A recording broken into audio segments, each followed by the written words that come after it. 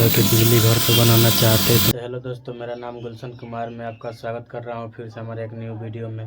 तो इस वीडियो में हम सीखेंगे कि डीसी मोटर से बिजली कैसे बनाते हैं।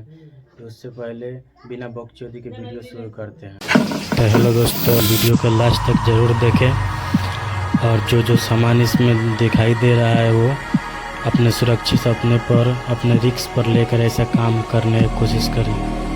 इसका जिम्मेवारी हमारे पास कोई नहीं है। इसके लिए आपको पहले एक एसडीसी मोटर ले लेना है।